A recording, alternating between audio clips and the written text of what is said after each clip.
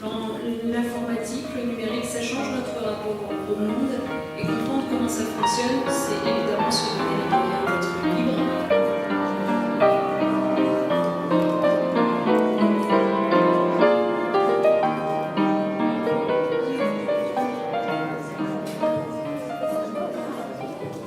C'est important de comprendre que le codage, c'est ce langage qui dépasse le simple caractère ludique d'un écran. C'est vraiment un langage, un raisonnement. La présence dans les programmes de la scolarité obligatoire, en effet, à chaque niveau, ne signifie pas que tout le reste disparaît au profit de ça. Ça veut dire qu'en plus d'apprendre à écrire de façon manuscrite, à compter, à lire comme ils le faisaient déjà, les élèves, c'est vrai, apprendront à l'école primaire à taper au clavier. Moi, je trouve ça formidable, honnêtement. De toute façon, je veux dire, c'est un monde dans lequel ils baignent. Après, de la même façon qu'au plus jeune âge, apprendre à taper au clavier, un peu plus tard, apprendre les règles de l'algorithmique, apprendre la programmation.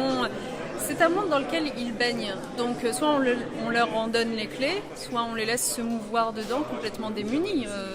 Ça ne veut pas dire que cette programmation et ce codage doivent prendre le pas sur le reste, pas du tout. Ça veut dire que c'est une compétence de plus qu'ils doivent acquérir. Cette compétence de plus, elle leur sera utile tout particulièrement si un jour ils décident d'en faire leur métier. Or, il se trouve qu'il va y avoir des perspectives professionnelles de métier évidentes dans ce domaine.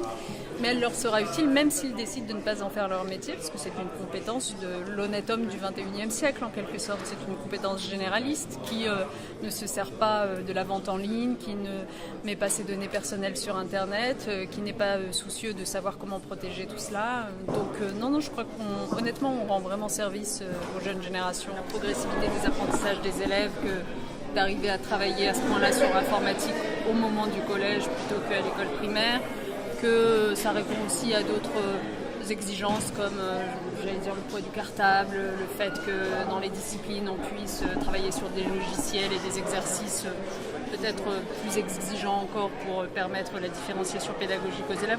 Ça ne veut pas dire que plus tard il ne faille pas poursuivre cette démarche en remontant en amont à l'école primaire. De fait, quand vous voyez dans un certain nombre de communes, ce choix a d'ores et déjà été fait et les communes ont décidé d'équiper elles-mêmes les écoles primaires.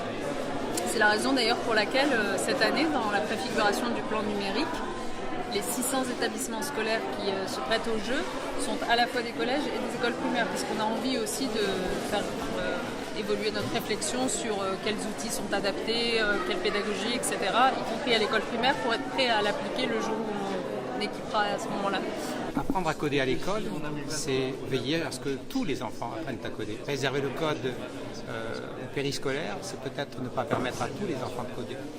Non, alors soyons clairs, le code de fait apparaît dans les nouveaux programmes, donc ça s'apprendra bien dans les enseignements de la scolarité obligatoire.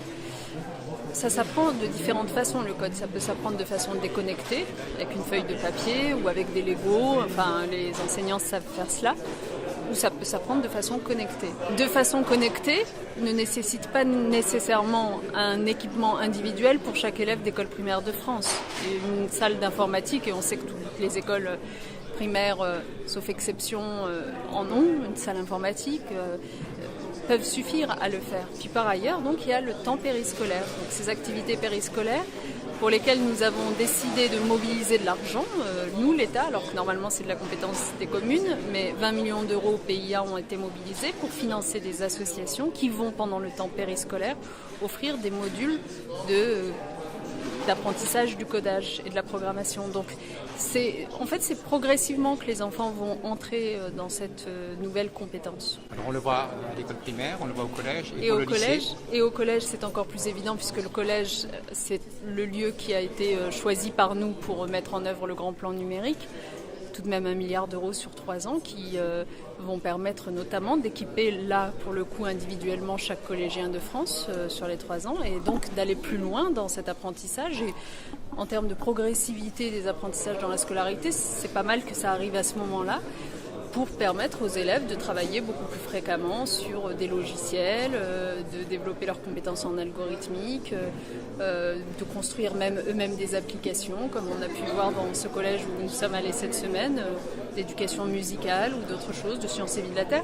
Donc au collège, je crois qu'on peut dire que clairement sur les 3 ans qui viennent, entre 2016 et 2018, grâce à nos nouveaux programmes et grâce au plan numérique, les élèves seront enfin armés pour faire face au monde numérique qui les entoure. Merci beaucoup. Merci. Aujourd'hui, nos élèves, je pense davantage aux collégiens, aux lycéens, ont l'habitude de se servir d'un navigateur, d'ouvrir une page web. Mais combien savent que ces pages sont codées en HTML? Combien comprennent la façon dont fonctionne ce réseau? Et ceux qui utilisent un célèbre moteur de recherche, savent-ils seulement qu'ils n'obtiendront pas les mêmes résultats et une même requête que d'autres utilisateurs? Et oui. Savent-ils que ce moteur de recherche favorise moins l'ouverture qu'il n'engendre en réalité un resserrement de notre horizon autour des pages analogues à celles que nous avons appréciées précédemment? Ce que je suis en train de vous dire là n'est pas anodin, parce que ça veut dire que si vous cliquez toujours sur des pages qui développent des théories complotistes, par exemple, eh bien, à chaque fois que vous ferez une recherche, y compris sur des sujets qui n'ont rien à voir, ce sont vers des sites complotistes similaires que vous renverront en priorité ces recherches futures. Et le réseau devient alors un filet qui vous entrave et qui vous isole.